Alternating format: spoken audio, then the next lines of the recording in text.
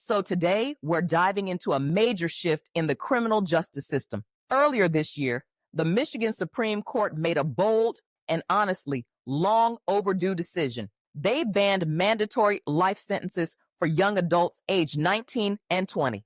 Now, you may be wondering, why this age group? Why now? Well, let me tell you, it's all about what we're learning, what science is teaching us about the brain. You see, research on brain development has been clear for years now. The parts of the brain that govern impulse control, decision-making, and risk assessment, they aren't fully mature until at least the mid-20s. So when someone in this age range commits a crime, a serious one, of course, their capacity for rehabilitation becomes a critical factor. And this isn't just conjecture or theory. This is science helping us rethink how we define accountability. I mean, let's face it, people at that age are still in many ways figuring themselves out, right? Justice Richard Bernstein, one of the key voices on this case, made a point that really stuck with me. He said these sentences should focus on rehabilitation rather than punishment. And I think he's on to something here, because what we've seen historically is a system that kind of leans heavily on retribution, locking people away without asking whether that's the best move for society long term. This ruling marks a break from that pattern. And by the way, this shift mirrors a broader trend we're starting to see across the country. Public attitudes toward criminal justice are evolving. There's this gradual recognition that punitive measures, especially for young people, aren't working. They don't address the root causes of crime. They just perpetuate cycles of harm. Honestly, it's refreshing to see this tide turning, even if it's not happening as quickly as we'd like. What's particularly fascinating is that other states are watching this closely. There are already talks in jurisdictions nationwide about adopting similar reforms, and that's where it gets really interesting. The potential ripple effects. This isn't just a Michigan issue anymore. It's becoming a justice issue, period. And as we've seen so many times, when one state starts to challenge the status quo, others will either follow or defend why they're sticking to old ways. All right, let's talk about a monumental change that's making waves. Illinois has just become the first state to completely eliminate cash bail. This step is part of their Pretrial Fairness Act, and it's throwing some serious spotlight onto our justice system. Now, on paper, this sounds like a huge win for equity. I mean, think about it. How many people have been stuck in jail simply because they couldn't afford bail? It really makes you wonder, doesn't it? But here's where it gets tricky. Supporters of this reform argue that cash bail discriminates against marginalized communities, criminalizing poverty. And they have a point, a pretty strong one, actually. Imagine being innocent, but spending weeks or even months behind bars because you couldn't pay a few $100. That's months of lost wages, strained relationships, and frankly, a ripple effect that's impossible to fully quantify.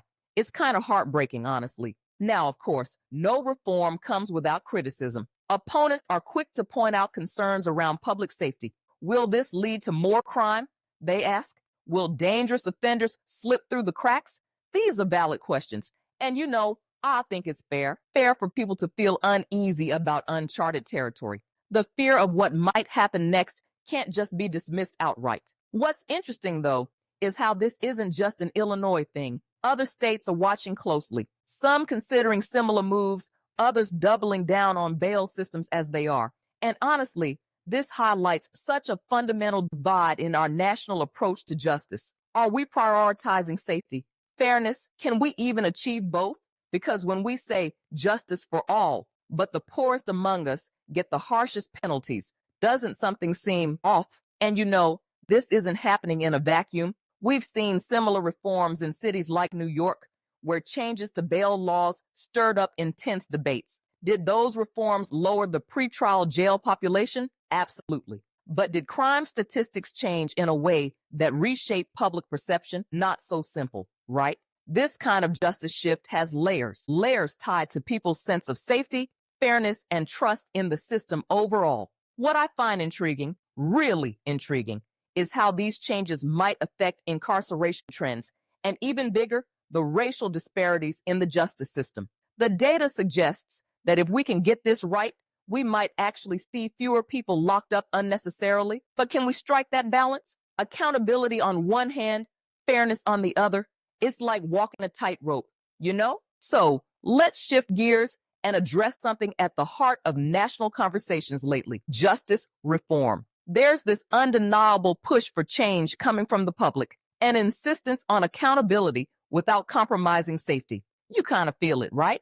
Polls across the board are showing that Americans are, well, done with one-sided measures that either focus solely on retribution or are seen as, too lenient.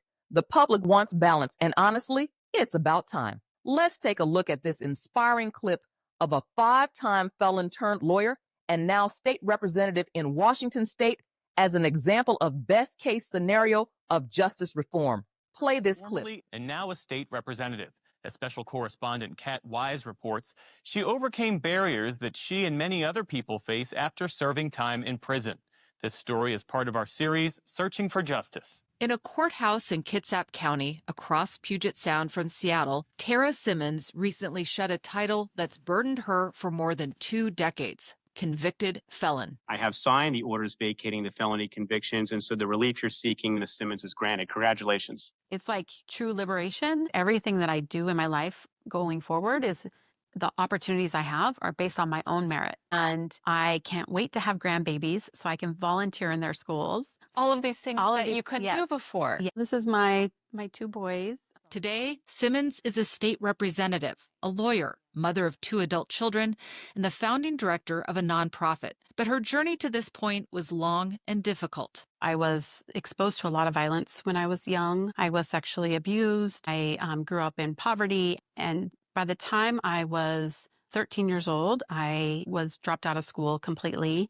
I was homeless. I was trafficked. I ended up pregnant at 14. As a teen mom, Simmons was connected to social services, graduated from high school at 16, and enrolled in community college. She went on to get a nursing degree, but just a couple of years later, Simmons pled guilty to second-degree assault for her involvement in an attack on a man she had been involved with. My first felony conviction was related to meeting a gentleman who sexually assaulted me. And then 3 days later, my friends and family beat him up. And that really changed the course of my life. Years later, an injury from a fall led to a prescription for painkillers, which led to a substance use disorder and an addiction to meth. Within 10 months of trying the methamphetamine, I had been arrested 3 times. I had left my family and lived homeless, and I completely ruined my entire life. Simmons was eventually charged with 5 felonies, including for theft, drugs, and having a gun in her car. She served 20 months in prison.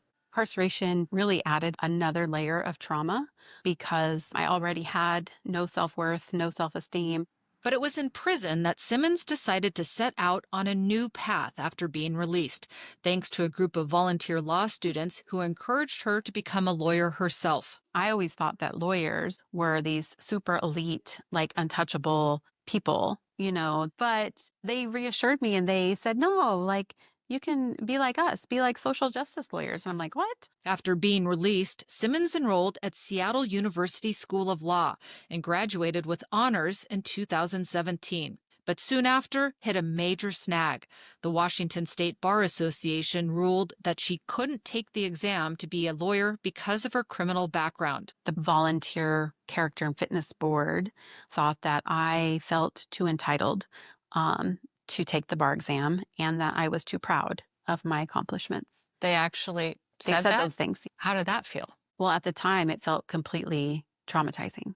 I had taken out, over $200,000 in loans to go to school. I had done everything right. Simmons appealed the Bar Association's decision to the state Supreme Court. If rehabilitation is the touchstone of present character, which I think this court should hold, then Ms. Simmons really makes her record of rehabilitation makes this an easy case for the court. She was represented by Sean Hopwood, himself a formerly incarcerated lawyer. And within hours of hearing the case, the court ruled in her favor. I just started crying. I could not believe it. And the fact that they did it so quickly and it was unanimous was really validating. Simmons became a fixture in Olympia, the state capital, as an advocate serving on the State Reentry Council and supporting legislation to ease barriers for formerly incarcerated people. In 2020, she was elected to the state legislature. There always had to be one person that went first to break those ceilings, right? To make it more normal.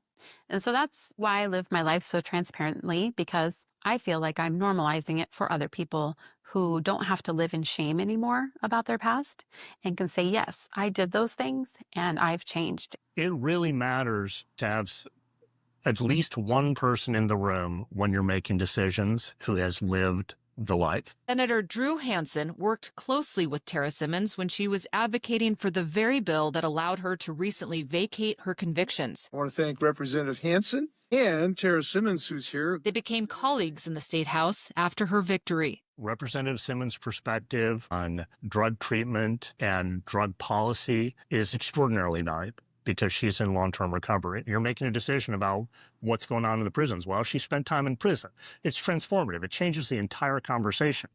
Fascinating are these pilot programs popping up in communities. They're breaking away from the traditional punitive approaches to policing. Instead, there's this shift toward addressing root causes of crime through things like mental health initiatives and alternative policing methods. I mean, think about it.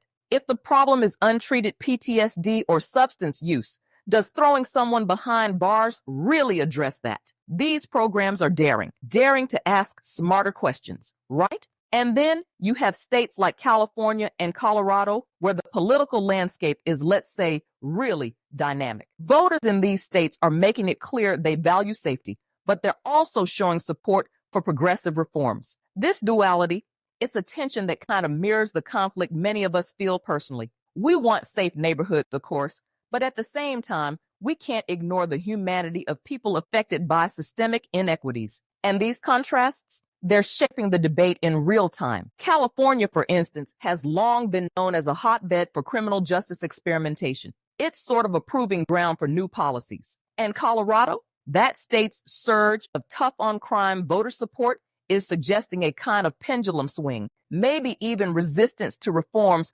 perceived as too lenient.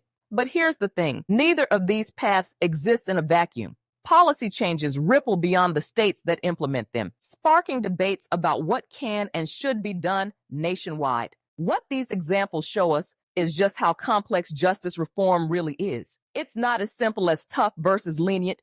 It's about people, outcomes, and the values driving our laws. And these dynamics, they're placing reform efforts squarely in the spotlight, forcing us to confront the question, can justice truly be redefined in a way that brings us together? All right, that wraps up today's episode of The Real 411. I want to take a moment to personally thank each and every one of you for tuning in and for being part of this journey with me. Honestly, it means more than I can say. Your support, your time, your engagement, it's what allows us to make conversations like these possible. If you found value in today's discussion, and I really hope you did, please don't forget to drop us a comment. Follow us on all our social accounts and let us know what topics you want to hear about next. Your feedback, it's kind of like fuel for this platform, the key to keeping us responsive to what matters most to you. And hey, don't forget, sign up for our email newsletter. This way, you'll never miss an update, an exclusive insight, or a peek at what's coming up next. Just head over to our website or click the links wherever you're listening to this right now. Most importantly, if you believe in independent media that doesn't shy away from asking tough questions, from digging deeper than the headlines, then please consider supporting The Real 411. You can follow us on Substack and Fanbase, where we offer both free and paid subscriptions. Every follow, every subscription really helps us continue creating content that informs, empowers, and kind of sparks those crucial conversations we need to be having. So, on that note, thank you again for being here, for caring, and for being curious. Because remember, the story is never just the headline. Until next time, stay informed, stay bold, and stay real.